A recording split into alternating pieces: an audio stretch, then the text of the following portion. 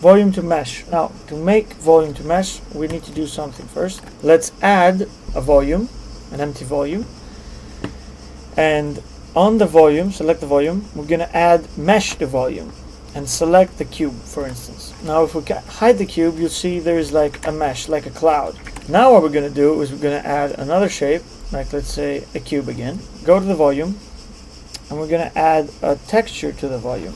Let's name it cloud and select clouds. Okay, now in the modifiers of the volume, we're going to add displace and select the cloud.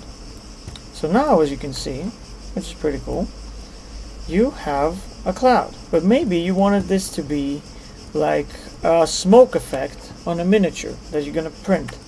So what you do now is you go to the cube and you select the generate the volume to mesh modifier and select the volume.